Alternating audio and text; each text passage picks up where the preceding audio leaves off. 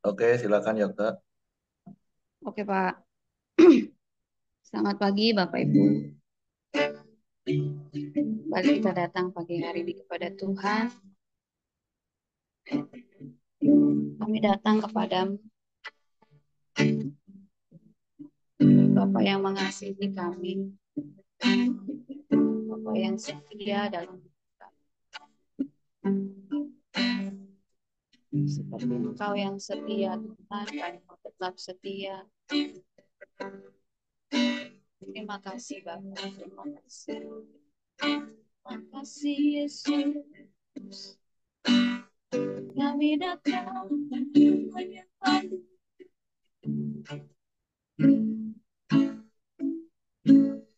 Bapakku datang dan berserah, ku nyatakan Kau yang berkuasa dalam gelap, Kau setia, Kau cahaya hidupku.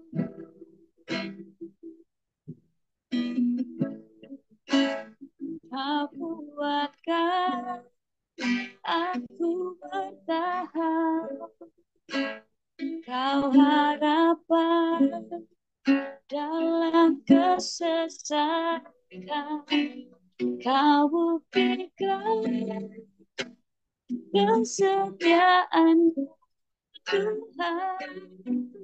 Engkau akan iman.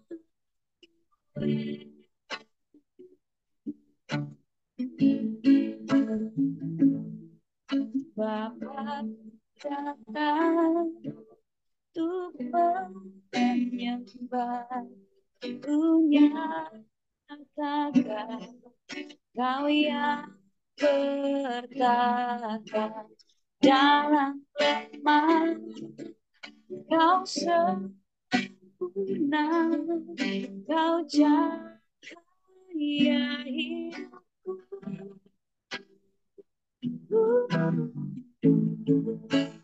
Kau kuatkan aku bertahan,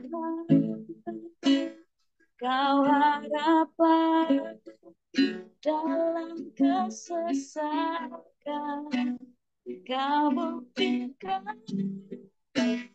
kesetiaan Tuhan. Engkau akan iman. Kau kuatkan aku bertahan, Kau harapan dalam kesesakan, Kau buktikan kesetiaan Tuhan. Engkau akan iman. Kami datang kepada Bapa. Bapa datang dan berserah, ku nyatakan Kau yang berkuasa dalam gelap, Kau setia, Kau cahaya hidupku.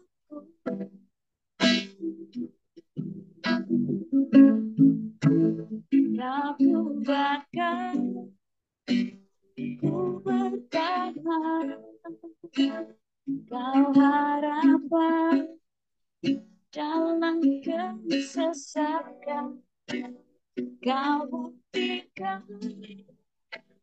kesetiaan Tuhan. Engkau akan iman. Kami datang menyembah-Mu, Tuhan. Bapa datang untuk menyembah, ku nyatakan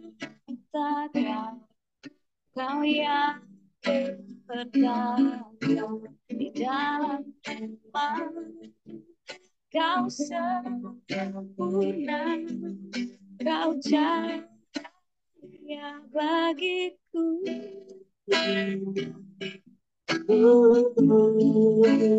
Kau kuatkan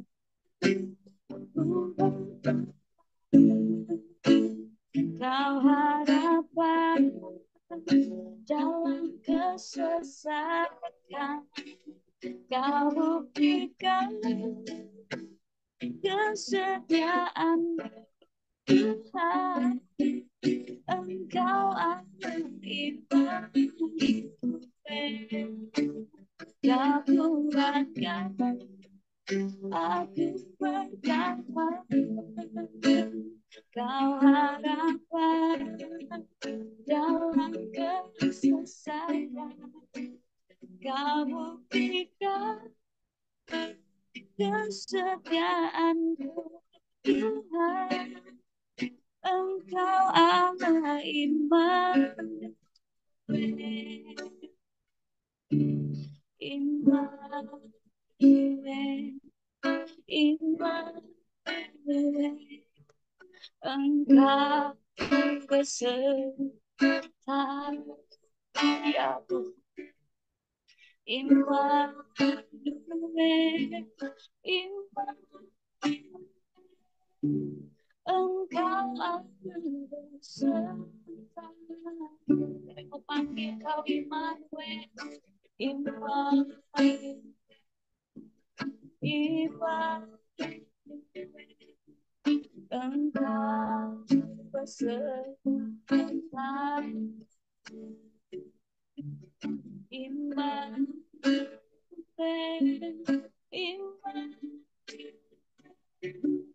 Engkau akan beserta. Kami mau terus panggil nama Tuhan. Immanuel, Immanuel. Engkau beserta. Amin, amin. Immanuel, Immanuel. Engkau beserta. Immanuel, Immanuel, Immanuel. Engkau beserta. Oh, Immanuel, Immanuel. Engkau akan beserta.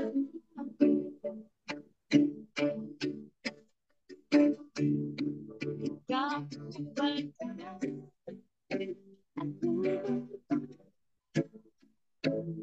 Kau harapan dalam kesesakan. Kau buktikan kesetiaan-Mu Tuhan. Engkau beriman.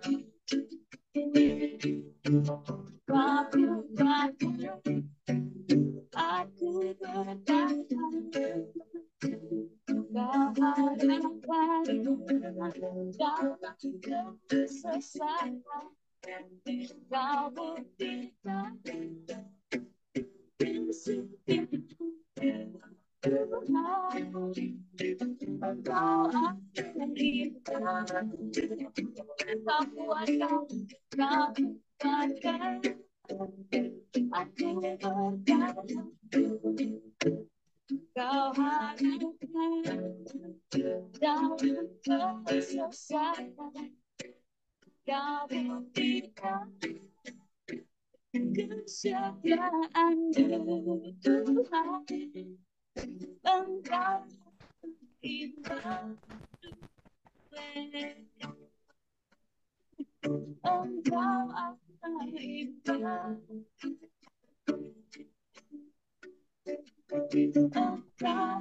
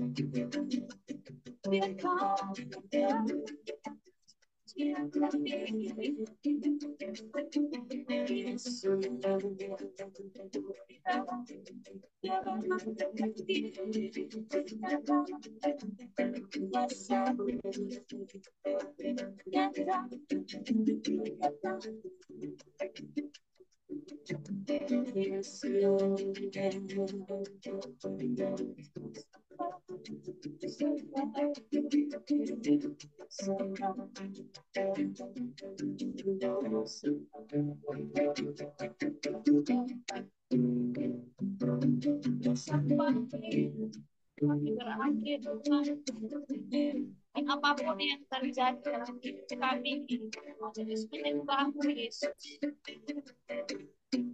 Kau Allah pemilik kehidupan kami, Tuhan.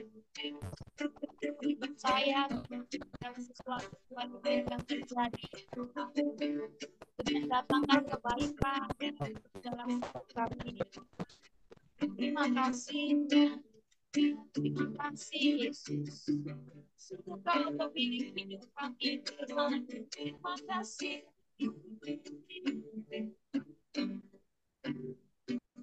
Terima kasih Yesus. Supaya terjadi dalam hidupku, semuanya atas seizin dirimu. Semuanya indah dalam rencana. Sebab ku tahu kau pemilik hidup.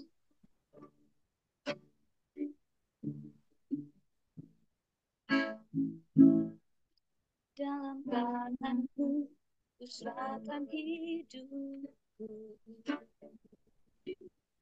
Ku taruh penuh harapku padamu. Hanya ada di dalam janjimu. Engkaulah Tuhan pemilik hidupku. Semua yang terjadi dalam hidupku hanya atas seizin dirimu. Semuanya indah dalam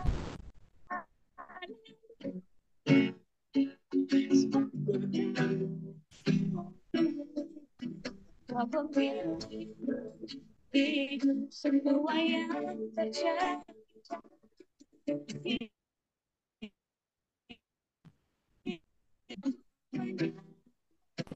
seizin dirimu. Semuanya indah dalam rencana.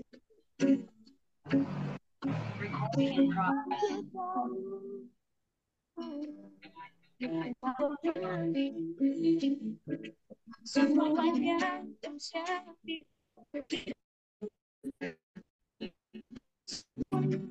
atas seizin dirimu. Yang indah dalam rencana.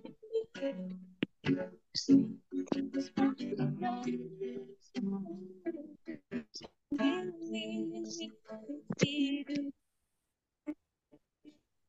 kami serahkan hidup kami ke Yang di sini sudah kencang ya? dalam serahkan hidup. Taruh penuh harap kepada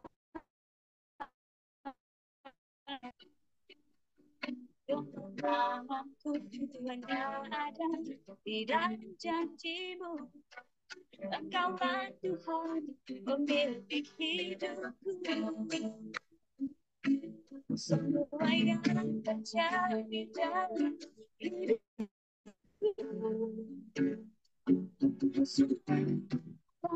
seizin dirimu. Semuanya indah dalam rencana. Sebab ku tahu kau pemilik hidupku.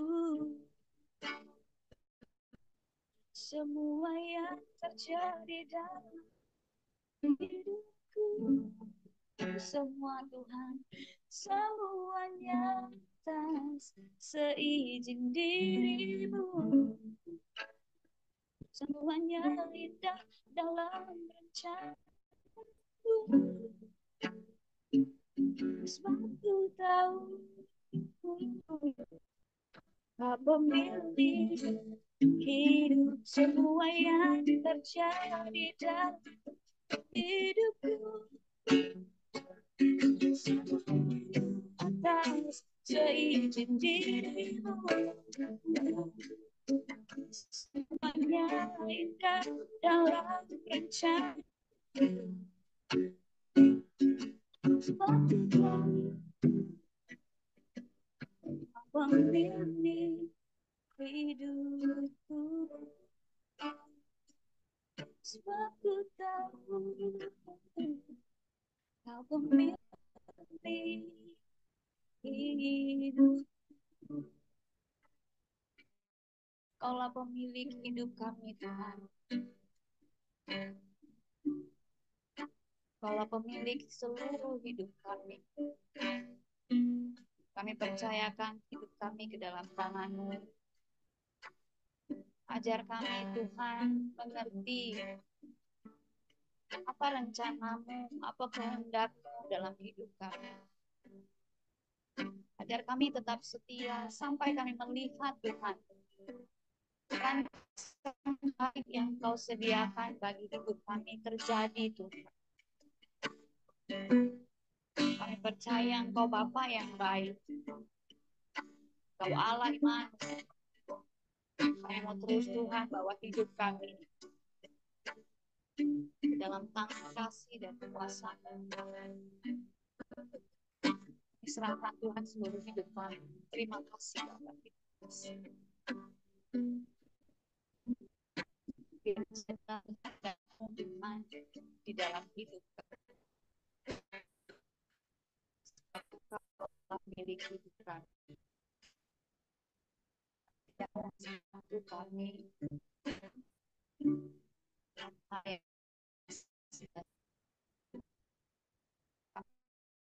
kami di hadapan mau hidup kami Tuhan menyatakan kemuliaan. Terima kasih Bapak. Bersyukur Tuhan buat pagi hari ini. Kembali kami mau dengar firman-Mu, kami mau belajar dari firman-Mu pagi hari. Bicaralah buat setiap kami Tuhan, memberkati hamba-Mu yang akan menyampaikannya. Terima kasih Tuhan Yesus, kami bersyukur pagi hari ini di dalam nama Yesus. Amin. Oke, shalom, selamat pagi. Maaf, sinyal kami agak terganggu. Kami harus agak keliling-keliling cari tempat yang paling kuat sinyalnya. Apakah suara kami sekarang sudah cukup didengar, Bapak Ibu? Oh, oke. Jadi kami minta maaf, matiin video. Oke, silakan istriku. Oke, shalom Bapak Ibu, selamat pagi. Kita akan melanjutkan bacaan firman Tuhan kita hari ini di dalam Yehezkiel pasal yang ke-14. Kita akan sama-sama baca di judul perikop pertama, hukuman terhadap penyembah berhala-berhala. Ayat 1, sesudah itu datanglah kepadaku beberapa orang dari tua-tua Israel dan duduk di hadapanku. Maka datanglah firman Tuhan kepadaku. Hai anak manusia, orang-orang ini menjunjung berhala-berhala mereka dalam hatinya dan menempatkan di hadapan mereka batu sandungan yang menjatuhkan mereka ke dalam kesalahan. Apakah aku mau mereka meminta petunjuk daripadaku? Oleh sebab itu, berbicaralah kepada mereka dan katakan, beginilah firman Tuhan Allah, setiap orang dari kaum Israel yang menjunjung berhala-berhalanya dalam hatinya dan menempatkannya di hadapannya batu sandungan yang menjatuhkannya ke dalam kesalahan, lalu datang menemui Nabi. Aku, Tuhan sendiri akan menjawab dia oleh karena berhala-berhalanya yang banyak itu, supaya aku memikat hati kaum Israel yang seluruhnya sudah menyimpang daripadaku dengan mengikuti segala berhala-berhala mereka. Oleh karena itu, katakanlah kepada kaum Israel, beginilah firman Tuhan Allah, bertobatlah dan berpalinglah dari berhala-berhalamu dan palingkanlah mukamu dari segala perbuatan-perbuatanmu yang keji itu. Karena setiap orang, baik dari kaum Israel maupun dari orang-orang asing yang tinggal di tengah-tengah Israel, yang menyimpang daripadaku dan menjunjung berhala-berhalanya dalam hatinya, dan menempatkan di hadapannya batu sandungan yang menjatuhkannya ke dalam kesalahan, lalu datang menemui Nabi untuk meminta petunjuk daripadaku baginya. Aku, Tuhan sendiri akan menjawab dia. Aku sendiri akan menentang orang itu, dan aku akan membuat dia menjadi lambang dan kiasan, dan melenyapkannya dari tengah-tengah umatku. dan kamu akan mengetahui bahwa akulah Tuhan. Jikalau nabi itu membiarkan dirinya tergoda dengan mengatakan suatu ucapan, aku Tuhan yang menggoda nabi itu, maka aku akan mengacungkan tanganku melawan dia dan memunahkannya dari tengah-tengah umat Israel. Mereka akan menanggung kesalahannya sendiri, baik yang meminta petunjuk maupun nabi, supaya kaum Israel jangan lagi sesat daripadaku dan jangan lagi menajiskan dirinya dengan segala pelanggaran mereka. Dengan demikian mereka akan menjadi umatku dan aku akan menjadi Allah mereka. Demikianlah firman Tuhan Allah. Nah, Bapak Ibu, kalau kemarin kita sudah membaca tentang hukuman bagi nabi-nabi palsu, dan hari ini juga hukuman kepada para pemimpin, ya. Di sini di ayat 1 berkata, sesudah itu datanglah kepadaku beberapa orang dari tua-tua Israel dan duduk di hadapanku. Mereka datang kepada Yehezkiel dan meminta supaya bercakap-cakap mereka untuk supaya Yehezkiel bertanya kepada Tuhan. Nah, ketika itu datanglah firman Tuhan kepada Yehezkiel supaya memberitahukan kepada para pemimpin itu bahwa Tuhan dalam hati mereka itu, Tuhan tahu bahwa mereka itu sebenarnya menjunjung berhala. Nah, Bapak Ibu, apa yang saya dapatkan dari bacaan perikop ini? Yang pertama adalah Tuhan itu mengenal setiap hati kita manusia. Jadi ketika hati kita ada berhala, kita tahu bahwa berhala adalah segala sesuatu yang menggeser posisi Tuhan, yang posisi Tuhan yang utama itu, sehingga kita tidak memprioritaskan Tuhan.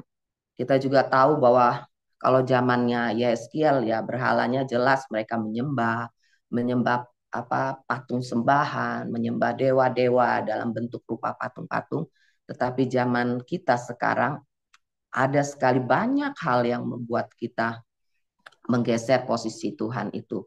Nah, pagi ini diingatkan kembali bahwa mari Tuhan itu menyelidiki, Tuhan itu mengamati setiap kita, bahkan dia sangat tahu kedalaman hati kita. Jadi mari kita mau koreksi hati kita, apakah posisi Tuhan itu masih nomor satu? Apakah Tuhan itu menjadi prioritas pertama? Apakah Tuhan itu yang sungguh-sungguh berdaulat atas setiap hidup kita? Dan pada pagi hari ini firman Tuhan ini mengingatkan kita juga di perikop pertama ini 3 kali berulang-ulang dikatakan bahwa menjunjung berhala-berhala di dalam hatinya dan menempatkan di hadapan mereka batu sandungan. Kata menempatkan itu berarti kan itu adalah unsur kesengajaan. Bukan nggak sengaja, tapi memang itu ada unsur kesengajaan dilakukan. Dan itu sangat membuat Tuhan Tuhan murka itu, sehingga di setiap perikop jawaban Tuhan itu Tuhan berkata bahwa itu akan berhadapan langsung dengan Tuhan. Kata aku, Tuhan bilang aku akan. Jadi itu menjadi kita menjadi balik-balik lagi menjadi musuhnya Tuhan. Ketika kita menempatkan hal-hal berhala-berhala itu akan membuat kita menjadi musuhnya Tuhan dan kita akan berhadapan langsung dengan Tuhan. Nah, itu yang saya dapatkan perikop pertama, bahwa Tuhan itu sangat mengenal setiap hati kita manusia. Di perikop yang kedua kita akan lanjutkan, hukuman tidak tertegahkan lagi. Kemudian datanglah firman Tuhan kepadaku, hai anak manusia, kalau sesuatu negeri berdosa kepadaku dengan berubah setia, dan aku mengacungkan tanganku melawannya dengan memusnahkan persediaan makanannya dan mendatangkan kelaparan atasnya dan melenyapkan dari negeri itu manusia dan binatang, biarpun di tengah-tengahnya berada ketiga orang ini, yaitu Nuh, Daniel, dan Ayub, mereka akan menyelamatkan hanya nyawanya sendiri karena kebenaran mereka. Demikianlah firman Tuhan Allah. Atau jikalau aku membuat binatang buas berkeliaran di negeri itu yang memunahkan penduduknya, sehingga negeri itu menjadi sunyi sepi dan tidak seorang pun berani melintasinya karena binatang buas itu. Dan biarpun di tengah-tengahnya berada ketiga orang tadi, demi aku yang hidup, demikianlah firman Tuhan Allah, mereka tidak akan menyelamatkan baik anak-anak lelaki maupun anak-anak perempuan. Hanya mereka sendiri akan diselamatkan, tetapi negeri itu akan menjadi sunyi sepi. Atau jikalau aku membawa pedang atas negeri itu, dan aku berfirman, hai pedang, jelajahilah negeri itu, dan aku melenyapkan dari negeri itu manusia dari binatang dan binatang. Dan biarpun di tengah-tengahnya berada ketiga orang tadi, demi aku yang hidup, demikianlah firman Tuhan Allah. Mereka tidak akan menyelamatkan baik anak-anak lelaki maupun anak-anak perempuan, tetapi hanya mereka sendiri akan diselamatkan. Atau jikalau aku mendatangkan sampar atas negeri itu, dan aku mencurahkan amarahku atasnya sehingga darah mengalir, dengan melenyapkan dari negeri itu manusia dan binatang. Dan biarpun Nuh, Daniel, dan Ayub berada di tengah-tengahnya, demi aku yang hidup, demikianlah firman Tuhan Allah. Mereka tidak akan menyelamatkan baik anak laki-laki maupun anak perempuan, melainkan mereka akan menyelamatkan dirinya, hanya nyawanya sendiri karena kebenaran mereka. Ya, beginilah firman Tuhan Allah. Jauh lebih dari itu, kalau aku mendatangkan keempat hukumanku yang berat-berat, yaitu pedang, kelaparan, binatang buas, dan sampar atas Yerusalem untuk melenyapkan daripadanya manusia dan binatang. Tetapi sungguh akan tertinggal di sana orang yang terluput, yang mengiring keluar anak-anak lelaki dan perempuan. Lihat, mereka akan datang kepadamu, dan kamu akan melihat tingkah laku mereka, dan kamu akan merasa terhibur tentang malapetaka yang kudatangkan atas Yerusalem. Ya, tentang segala-galanya yang kudatangkan atasnya. Mereka akan menghibur kamu kalau kamu melihat tingkah lakunya, dan kamu akan mengetahui bahwa bukan tanpa alasan kuperbuat segala sesuatu yang kuperbuat atas Yerusalem. Demikianlah firman Tuhan.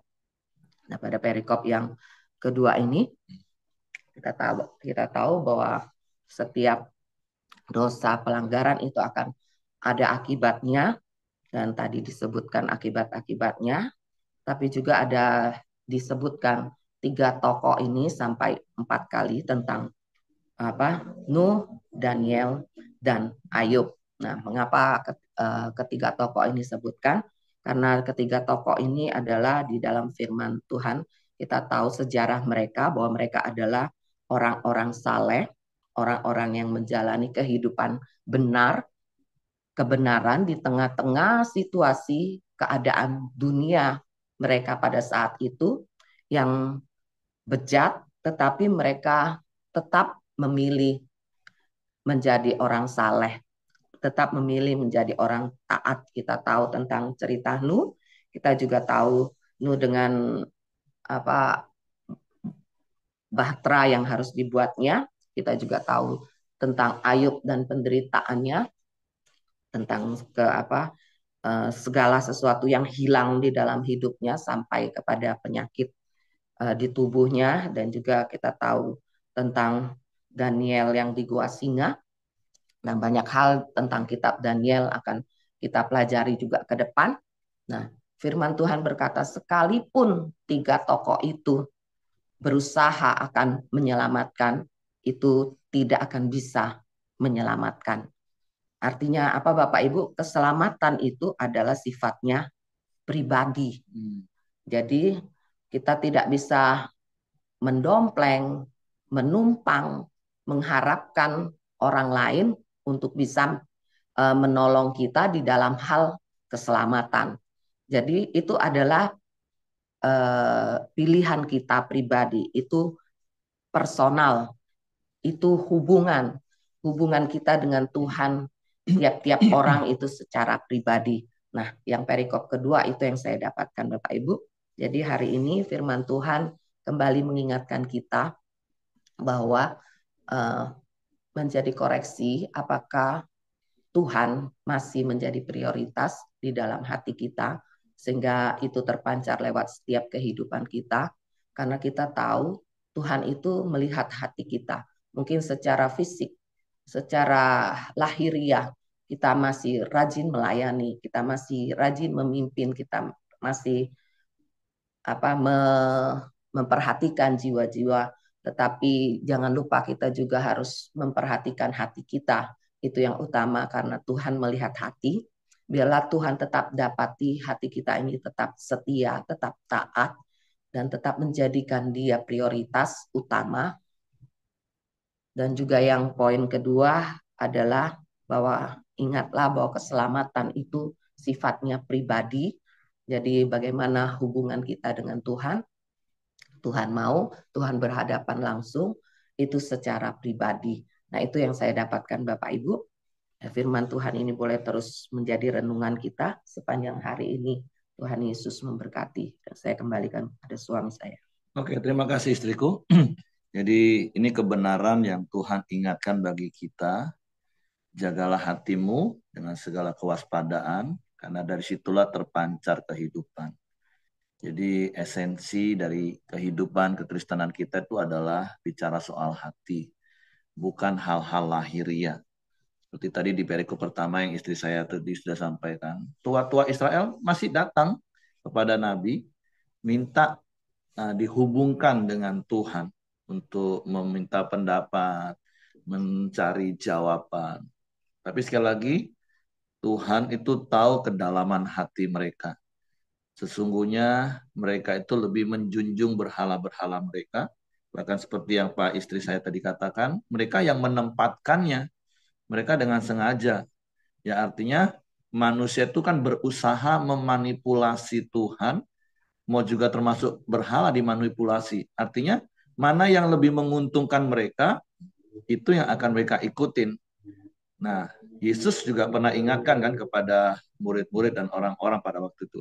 Kita ini tidak bisa mengabdi kepada dua tuan, kepada Allah ataupun kepada Mamon. Padahal berkali-kali saya katakan kalau bicara soal susunan, urut-urutan kekuatan, itu kan Tuhan, hantu, baru manusia. Manusia ini sebenarnya makhluk yang paling lemah. Tetapi karena free will-nya, karena kehendak bebasnya, justru terkadang dia bisa justru memanipulasi kepada siapa dia mau cari pertolongan. Nah, dua-duanya kayak punya ban serep. Kalau hari ini Tuhan yang cocok dengan dia, bisa menolong dia sesuai dengan kehendak hati dia, ya sudah, Tuhan. Nanti kalau Tuhan berkata tidak, dia cari pertolongan lain kepada berhala. Wah, itu memang manusia bebal itu.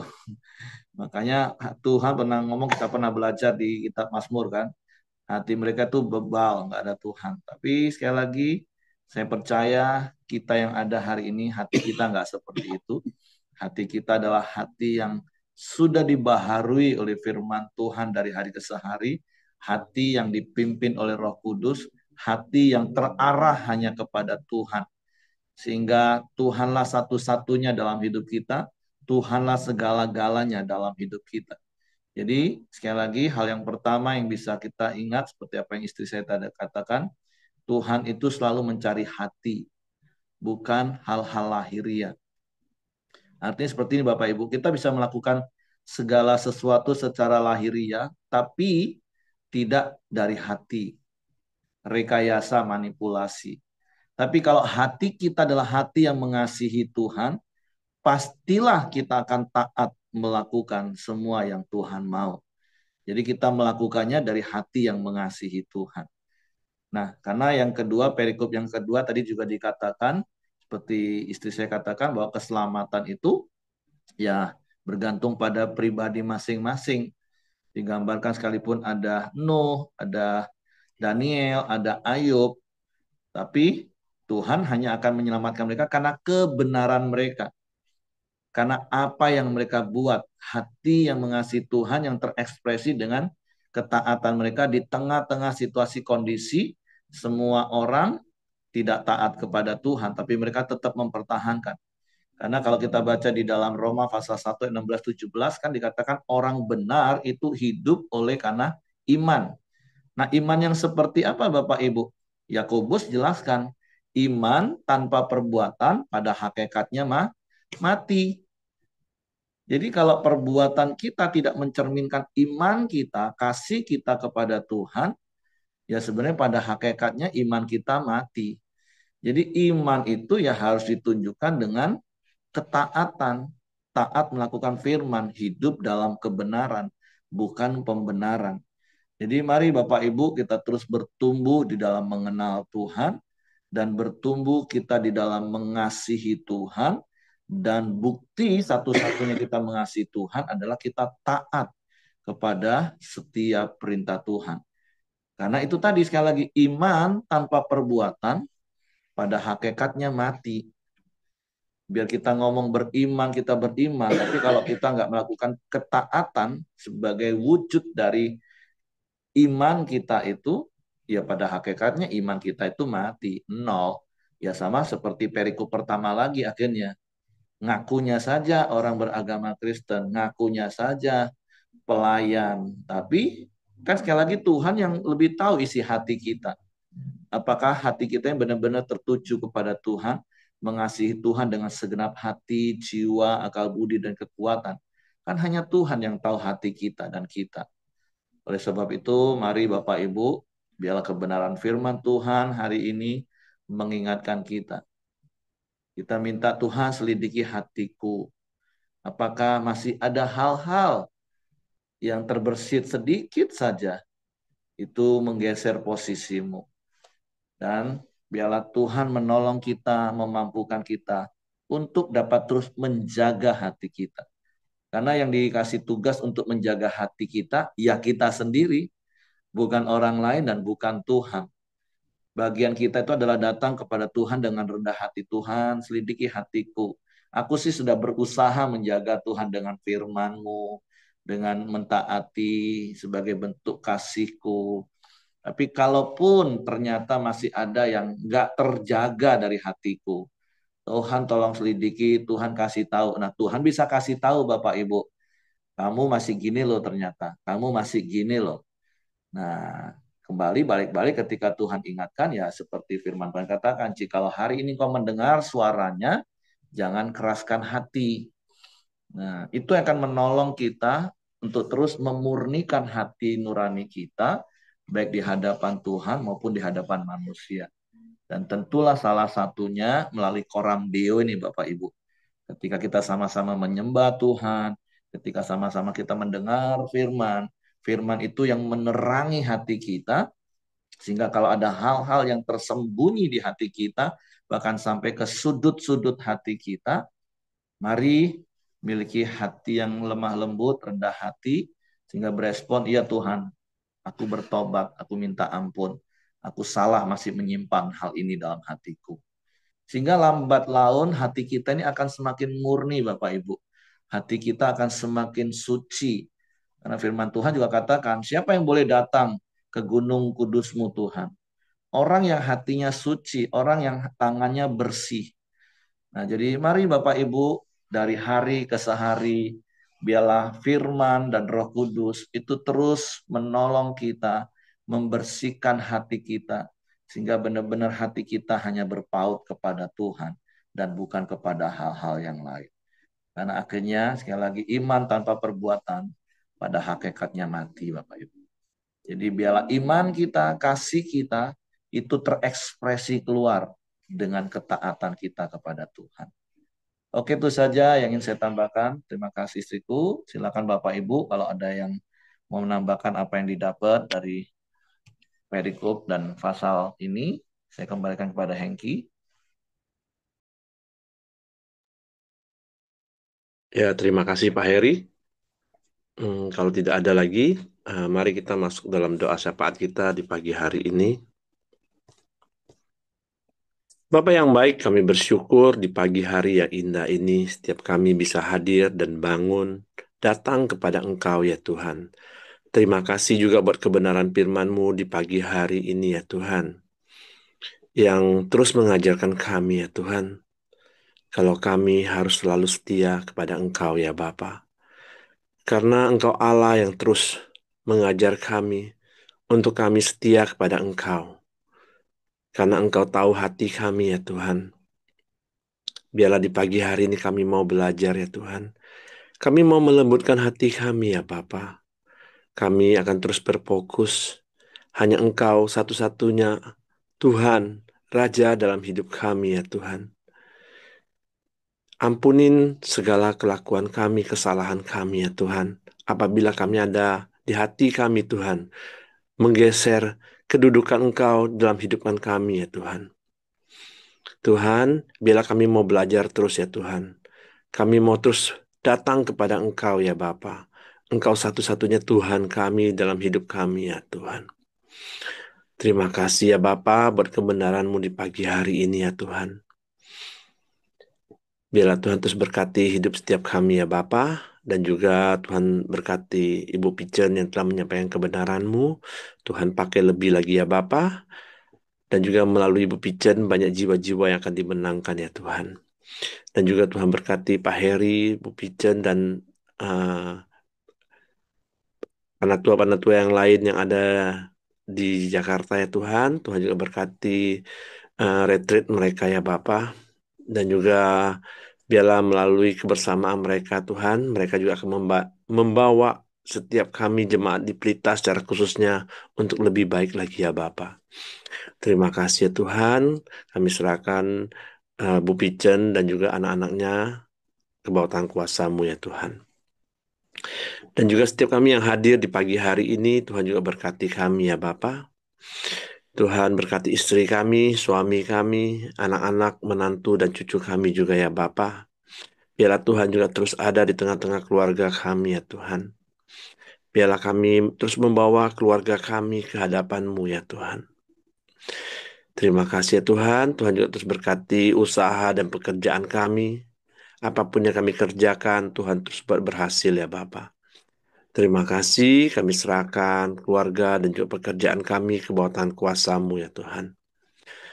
Kami juga terus berdoa buat Ibu Dorcas. Biarlah Tuhan juga terus memberikan kesehatan, kekuatan yang terbaik atas Ibu Dorcas ya Tuhan. Biarlah hari demi hari terus Tuhan pulihkan di dalam nama Tuhan Yesus ya Bapa.